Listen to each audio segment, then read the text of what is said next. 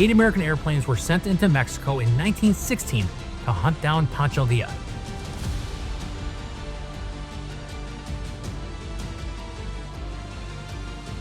Within weeks, almost every aircraft was destroyed.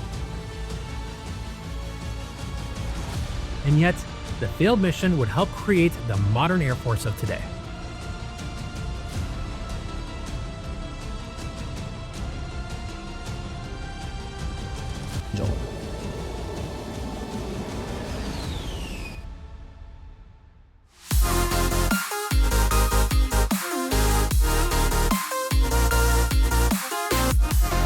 Welcome back to This Week in Aviation History. My name is Jim. Let's get into this week's fact.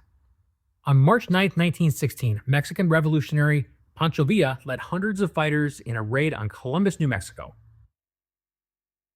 This attack killed 18 Americans and shocked the nation. President Woodrow Wilson responded quickly.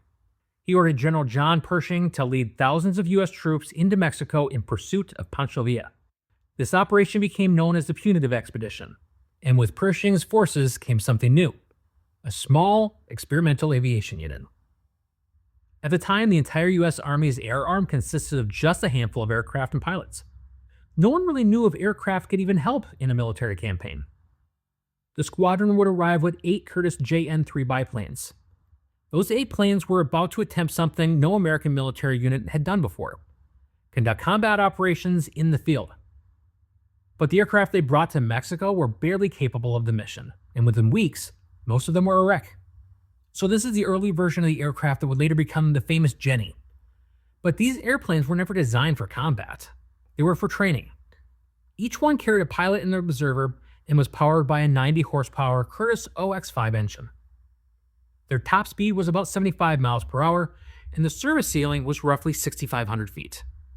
And that limitation would quickly become a serious problem. Northern Mexico is not just flat desert. It's rugged and mountainous country. Some of the passes in that range will rise above 10,000 or even 12,000 feet. In other words, the planes sent to find Pancho Villa couldn't even climb high enough to cross the mountains. Even with that challenge, on March 19, 1916, the squadron launched its first operational missions. Their job was reconnaissance, search for Villa's forces, observe troop movements, and carry messages between the scattered units of the U.S. Army. This would be the first operational combat aviation mission in American military history. But almost immediately, the operation began to fall apart. The pilots and crews would face a laundry list of struggles. These aircraft would struggle in nearly every way. The desert heat would warp their wooden propellers, dust and sand would damage the engines.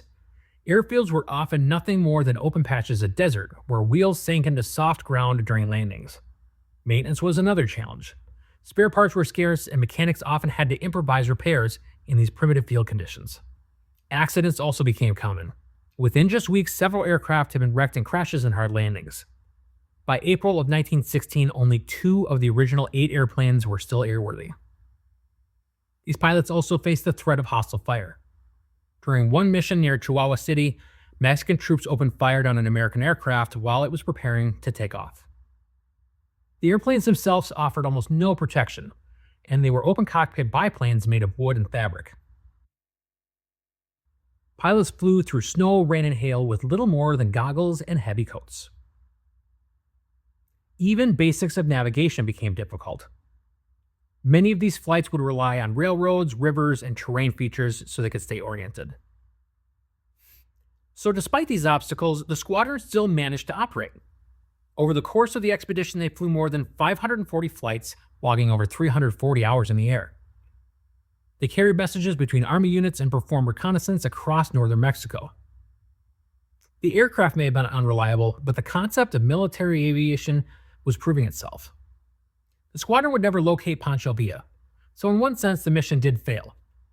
But reports were written revealing something even more important. The United States was falling dangerously behind Europe in military aviation.